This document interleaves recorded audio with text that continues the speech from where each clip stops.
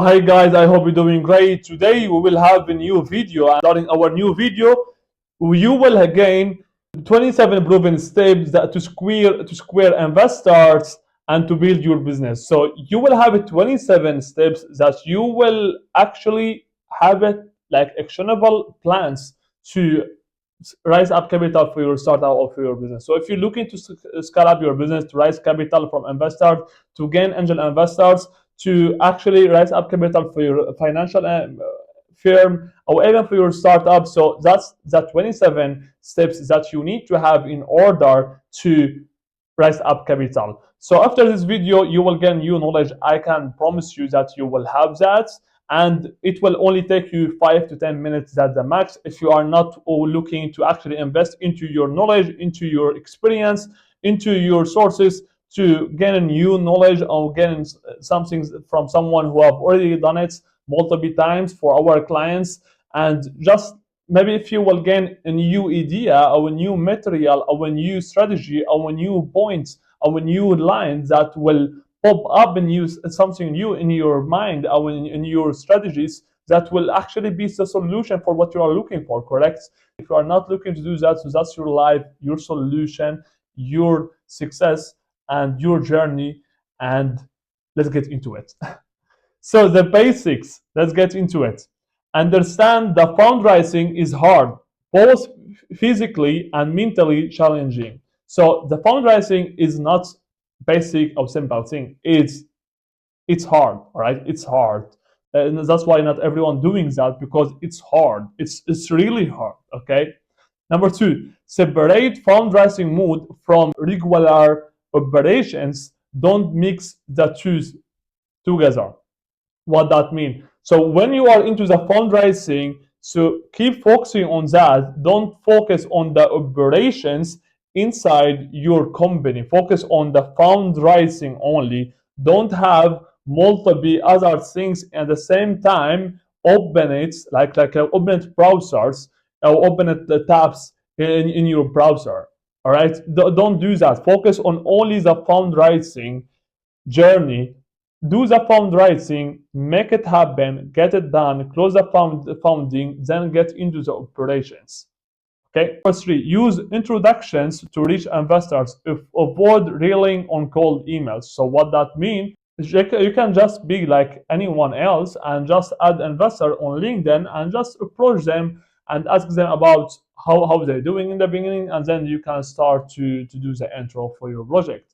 So just exactly what does that mean, which I don't agree 100% with that, but in few points it will make sense. In few other industries or few other projects it will not make sense. Cold emails, as I see, is actually crucial. Number four, treat investors' responses as no unless unless they say yes. So all the investors' responses, that's what I can agree 100%. All the investors' responses, treat them as no, all right? Until they telling you yes from their own mouth, all right, from their own side. It's not like you just came up with it, all right? You don't. The main point of that, don't let your emotions fantasize something up front you that it doesn't going on right now. All right, so don't let your emotions to break down answers or break down lines, break down things that it will not make sense because nothing has happened yet. So now let's get into the effective fundraising strategies. So number five, engage with multiple investors in parallel, not sequentially. And yeah, engage with unlimited amount of open lines. 100% correct. Number six, always end emails by asking what the next steps are. So always understand where the next time you will meet the investor, what the process will be from here, what's going on after the call directly, how you would follow up, who would follow up first, who would send the materials. As I see, you would need to follow up first to gain the investors all the time, and you will need to set up all the next steps as a benchmarks for what you are providing after the first call, after the first touch. Number 7, secure the first commitment. It often triggers others. So when you're getting the first investor, it usually gets the others to be attracted to you. So you need only to get the first investor, then you will have that on your entry deck, and then you will get the others. Number 8, remember investors' opinions are heavily influenced by other investors. So who have already invested into your project or who have already said something on your project will absolutely affect on how the investors they will see your project or if they will invest into your project or not. Number 9, accept a reasonable offer if one is made. If multiple offers exist, take the best one. So if you have only one offer, so take it. If you have multiple offers, so take the best one, which is pretty basic. Number 10, avoid rejecting a good offer in hopes of a better one in the future. So don't reject a good offer right now just because you have other conversations that are going on right now and you may get something from it. Most of the time, you will not get anything from these conversations. So take the good offer that you currently have. Number 11, close deals promptly. Money is only secured when it's in the bank.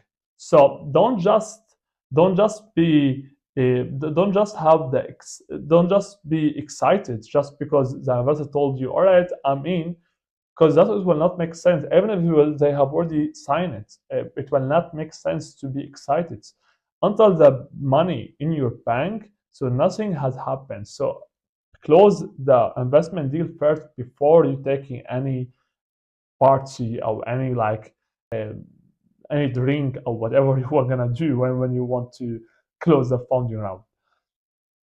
So number 12, avoid investors who don't lead founding rounds early on. So investors who don't lead founding rounds early on, you need to avoid them. I think it's pretty basic. I don't need to explain it. Now let's get into the managing the process. Number 13, prepare multiple plans, pass it on different night, different pass it on different fundraising outcomes. So you need to have multiple plans, pass it on different fundraising outcomes. So if you will have A plan, you will have B plan, and you will have C plan. And if you have already raised A plan, so you will not need to have C or B plan, correct?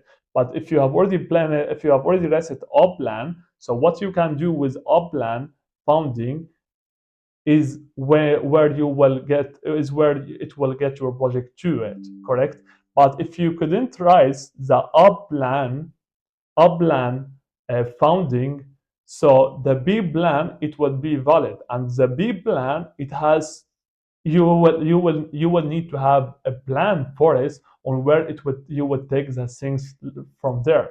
So our plan it has to be the founding capital, how much you would need to raise. If you couldn't raise the capital target, so what you're gonna do from there? All right, you will have the B plan. All right, B plan it could be like it could be like not the same amount or as the up plans capital targets, and what you're gonna do with the B target capital targets that you have already raised, what's the plan will look like from there. You understand? I hope it was simple.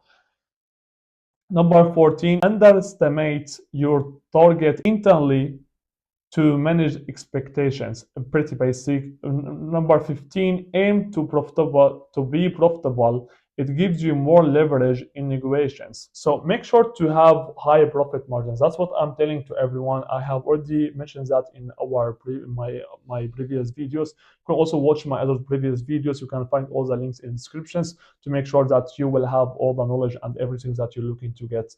So I'm telling that all the time. Make sure to have high profit margin. You don't need only to have a high gross margin, but you need to have high profit margin, because when you have high profit margins, so many investors they would be interested to invest into you. The profit margin it has to be over 60%, not less than that. Make sure to have that. When you have that, so you will actually be powerful in the negotiation sides. Number 16, prioritize getting good investors investors and the right funding amount over valuation. So pretty basic, pretty simple. Make sure to have good investors who would actually provide new sources, new connections, and new strategies to the project, not only to increase the valuation. So, because having an investor who will not be a part of your project, who will not invest or actually help you with your project, it will be actually like having someone who would be against you from the other competitors, because he would need, or he would only ask you about the outcome and why you haven't done, why you have done X and why you have done Y. It will only just give you a lot of headaches that you don't need to have them, and it will only affect your growth and your profit margin for the long term. You don't need to have someone like that. You need to have someone who will actually provide new sources and actually to make sure to increase the profit margin, so you will have a better revenue for later on.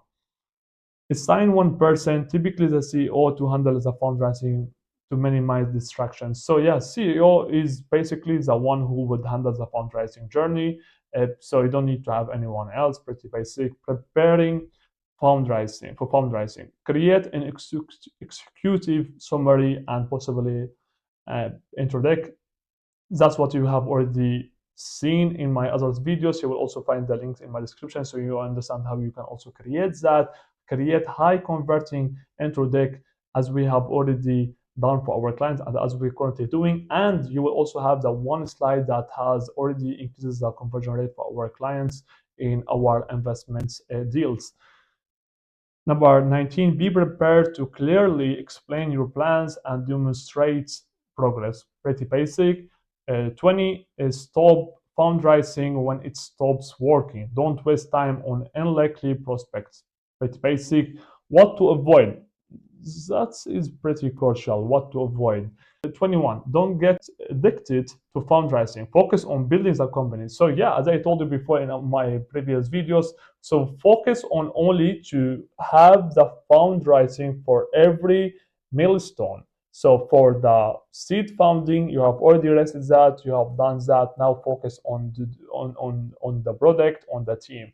After you have done that, you start to do the Series A. So you do the Series A funding to get the team, the sales, the revenue, the marketing. The Series B for the other milestones. So make sure that each milestone you building, and then when you need to have funding again, so you do a second round to build again. Then you keep getting on and you're getting better, and you keep building and building and building, because that's what you are building right here is your assets. That's your assets that you can do the exit later on if you want to do that, or if you want to go public later on. That's your assets. Number 23, treat investors kindly even when they reject you. So make sure to do that all the time and treat investors kindly even when they reject you. So do that. You don't need to be like, all right, they haven't invested into me because they don't have any trust on me. Even your family, maybe they don't have any trust on you. So you don't need to be like that at all. Just take it like as it is, all right? And that's how the business is, and take it as like, all right, today they have already rejected you, tomorrow they will ask about you. That's what they have done with Airbnb. That's what they have done with the biggest companies once they have started. So if you believe into something, keep believing and keep doing what you are doing. One day you will get there. Just keep believing, and persistence will get you there. And no, I think I have already missed 22. 22, avoid raising too much money as it can create unrealistic expectations. I have already a video on that. You can see it. Um, you can take a look on it in the description below. You can also have a link on it. I have already explained that before. So 24, keep the process simple. Don't overcomplicate fundraising. Make it as simple as possible. As simple as possible. Don't use complex words. Just get into the main point. Avoid consuming time, spending others' time. Looking ahead, Number 25, assume this round of fundraising may be your last. Plan accordingly.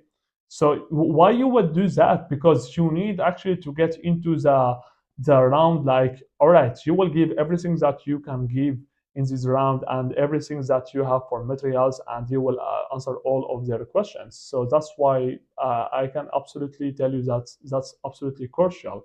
So you don't need to be like, all right, pretty sloppy and you don't understand who you would talk to. 26, expect future fundraising to have a higher part of success. So pretty basic, pretty simple. Expect future fundraising to have higher part of success. I don't need to explain it.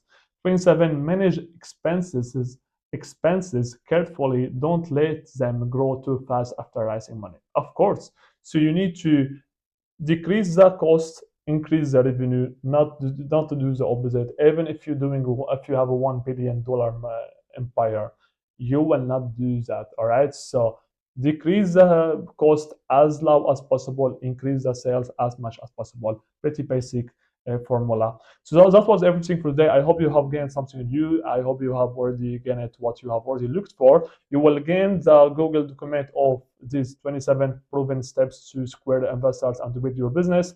In the description below of this video, you will also have all the links for other videos if you want to also take a look on them and to gain something that you have already searched for or you are searching for currently. That was everything for today. Thank you so much. Have a great day.